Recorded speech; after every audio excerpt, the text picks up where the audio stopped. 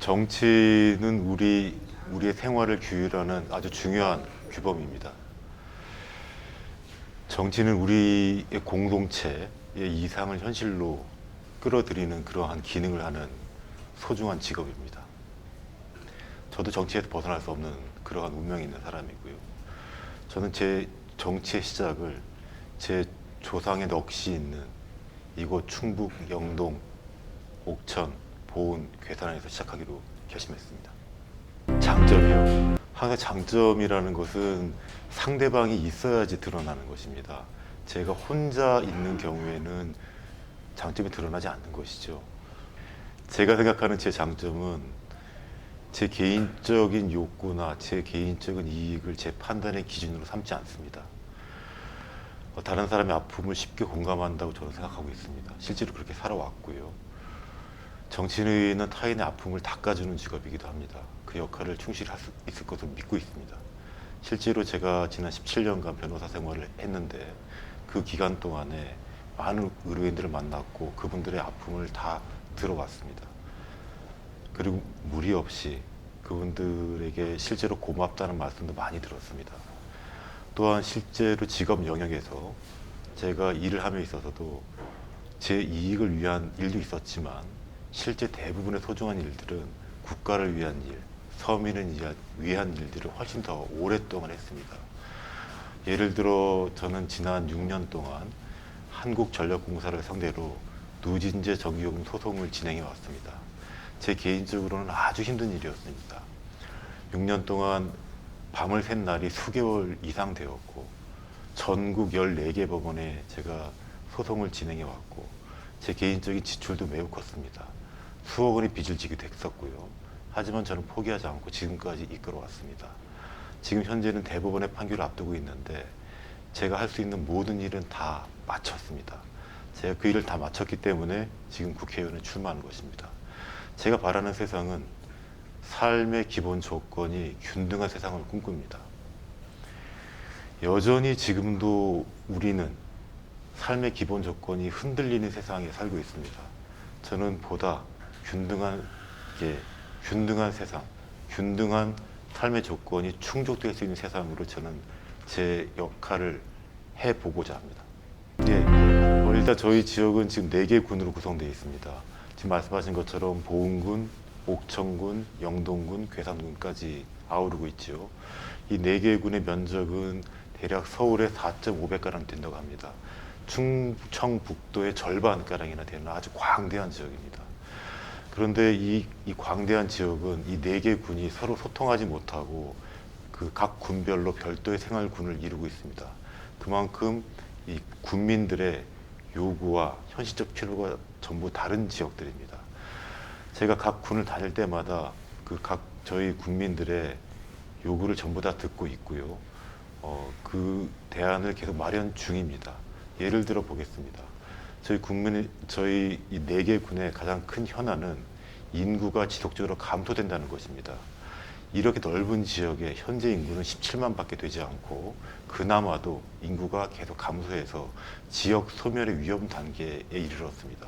그것도 충북에서 처음 있는 일입니다. 인구 감소가 된다는 것은 지역이 없어질 수 있는 위험이 있다는 것이고 그것이 지금 휴전선 이남의 배꼽에 이르는 저희 충청북도 동남 4군에서 벌어지고 있는 일입니다. 가장 시급한 대책은 인구 감소를 막는 일인데 인구 감소를 막으려면 방법은 2가지입니다. 인구를 유입시키거나 사람이 보다 살 수 있는 곳으로 만들어야 합니다. 현재 저희 지역의 주된 산업은 농업과 축산업입니다. 그래서 기본적으로는 이 농업과 축산업을 발전시켜야 하고 농가 기본소득을 충족시켜 줘야 합니다. 그래야 사람이 살 수 있기 때문입니다. 그를 기반으로 한 정책들을 계속 발표하고 있습니다. 지난 금요일까지 제가 제 2호 공약까지 발표를 했는데 지금까지 발표한 공약은 전부 다 그에 터잡고 있습니다. 실제로 지금 코로나19 때문에 대면 접촉을 기피하시는 분들이 점점 늘어나고 있습니다. 그래서 저도 이제 유권자분들을 만나고 싶고 유권자분들께서도 저를 만나고 싶은 분들이 많은데 매우 조심스럽게 다가가고 있습니다. 그래서 지금 현실적으로는 전화를 드리기도 하고, 그리고 카카오톡이나 페이스북 같은 SNS 메신저들을 사용하기도 합니다. 하지만 가장 좋은 방법은 여전히 제가 모든 분들의 손을 잡는 것입니다. 그 시간을 확보하려고 매우 노력하고 있습니다. 곧 다 뵙게 될 것입니다. 공약의 기본은 가능성을 현실화시킬 수 있느냐가 중요한 것입니다. 그리고 그 가능성은 유권자들의 희망을 반영하는 것이어야 되는 것이고요. 일단 유권자들이 원하시는 것이 무엇인지를 봐야 되는 것입니다. 저희 이 동남 4군 유권자들은 현재 그 지역 소멸의 위험을 겪고 있기 때문에 지역 발전을 요구하고 계십니다. 지역 발전 요구하고 계신 이유는 사실은 간단합니다. 저희 동남 4군이 그 전국적으로 볼 때 아주 낙후된 지역입니다. 낙후된 지역이란 말은 소외되었다는 것입니다. 사실 소외될 이유가 전혀 없는 지역이거든요. 소외되었기 때문에 그만큼 중앙정부의 지원을 받지 못한 지역입니다. 그만큼 지원의 요구가 절실한 지역이기도 하고요. 실제로 중앙정부의 지원을 받으려면 현실적으로는 집권 여당의 도움을 받을 수밖에 없습니다. 제가 그 점을 그 역할을 해보려고 합니다. 저희의 캐치프레이즈는 새로운 선택, 확실한 변화입니다. 저희 유권자들이 새로이 선택하기를 원하십니다. 8년 동안에 정체된 이 지역을 바꾸고 싶어 하십니다. 그렇기 때문에 새로이 선택해달라는 말씀을 드리고 확실하게 변화를 이끌겠다는 말씀을 드리는 것입니다. 저는 이번에 처음으로 국회의원 선거에 나옵니다. 정치 신인이죠. 유권자들의 선택을 받아야 합니다. 유권자들의 선택을 받으면 저는 그 선택에 배반하지 않습니다. 반드시 그 기대에 충족시킬 것입니다. 저는 조금 전에 말씀드린 것처럼 우리네 공동체가 발전하길 바랍니다. 우리 모두가 소외되지 않기를 바랍니다. 그것을 반드시 입법으로 그리고 정치로 해결할 것입니다. 저는 저희 지역이 소외되었다는 점이 가장 마음이 아픕니다. 소외받지 않도록 할 것입니다. 국회의원은 이론적으로는 국가를 위한 입법 활동을 하는 직업입니다. 하지만 지역구 국회의원은 그 지역의 이익을 대변할 수밖에 없습니다. 그 이유는 지역구 국회의원이 그 지역의 이익을 대변하지 않으면 모든 권력은 중앙으로 집중됩니다. 지금까지 이 지역이 소외된 이유는 중앙 권력을 제대로 활용하지 못했기 때문입니다. 지난 세월 동안 이 지역이 정체되었는지 발전되었는지를 되돌아보시기 바랍니다. 앞으로의 선택으로는 지금 선택하시면 앞으로의 세상은 발전하는 모습을 보실 것입니다. 후회하지 않으실 것입니다. 사실 기본소득의 개념이 있는 것이고요. 기본소득이 평상시이냐 아니면 비상시이냐에 따라서 기본소득의 방향은 달라집니다. 평상시에는 기본소득은 사회 취약계층을 대상으로 하는 것입니다. 근데 비상시에는 사회 취약계층이 광범위하게 늘어나게 됩니다.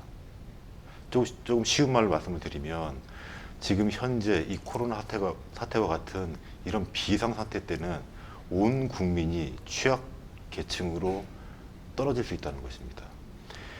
이런 때는 실제 국가가 할 수 있는 일은 국민들에게 돈을 직접 주던지 아니면 걷던 돈을 걷지 않던지 하는 방법입니다.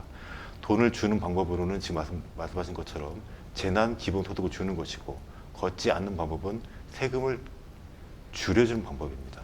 그 어느 방법이 실효적인지는 사실은 고민을 좀 해봐야 됩니다. 상징적으로는 기본소득의 개념을 인정을 하고 그 취약계층을 넓혀서 가능하면 많은 국민들에게 최대한의 돈을 주는 것이 좋을 수 있습니다. 왜 그러냐면은 그 사람이 가지고 있는 돈을 늘려야지만 버틸 수 있기 때문입니다. 사람이 버티지 못하면 국가는 망하게 되어 있습니다. 국가가 망하지 않으려면 사람이 버텨야 합니다. 사람이 버티려면 기본소득, 특히 비상시에는 이런 최소한의 재난 기본소득은 필요하다고 생각합니다. 보수 성향이라는 것이 사실은 무엇을 의미하는지는 모르겠습니다. 보수이든 진보이든 사람이 사는 길은 같다고 보고 있습니다. 그리고 이 지역이 발전을 해야 그 지역의 사람들이 더욱더 잘 살 수 있는 것입니다. 보수 성향이 있다고는 하지만 우리 모두가 사는 길을 택하실 것이라고 믿고 있습니다. 저는 그 우리 모두가 사는 길을 제시하고 실현시켜 드릴 것입니다. 그것이 제 전략입니다. 그 한편으로는 제 숙명입니다. 제가 결혼을 한 지 벌써 2003년에 결혼했으니까요. 지금 만 17년이 됐습니다. 한편으로는 제 굴레일 수도 있고, 한편으로는 제 숙제일 수도 있고, 한편으로는 제가 벗지 못할 멍일 수도 있습니다. 한편으로는 또 다른 한편으로는 제 그 훌륭한 정치인이셨던 노무현 대통령의 가족 혹은 사위라는 일종 영광이 될 수도 있는 것이고요. 저는 제가 그 역할을 지금까지 충실히 해왔다고 생각합니다. 누구에게 폐를 끼친 적도 없고요. 그리고 제게 주어진 숙제를 모두 다 했다고 생각합니다. 조금 더 과장해서 말씀드리자면 제가 아니라면 그 역할을 누구도 못했을 것이라고 생각합니다. 제게 주신 기대, 제게 주신 시선 모두 받고 제가 그 기대를 충족하도록 하겠습니다. 제 행동으로 보여드릴 것입니다. 제가 승계할 자질이 되면 승계합니다. 저는 이렇게 말씀드립니다. 사람이 다르면 가치관이 다른 것입니다. 저는 노무현 대통령의 가치관과 정치적 이상은 제 것으로 차용합니다. 하지만 저는 노무현 대통령이 아닙니다. 저는 곽상원입니다. 저는 제 나름의 방식대로 제 나름의 가치관을 실현시킬 겁니다.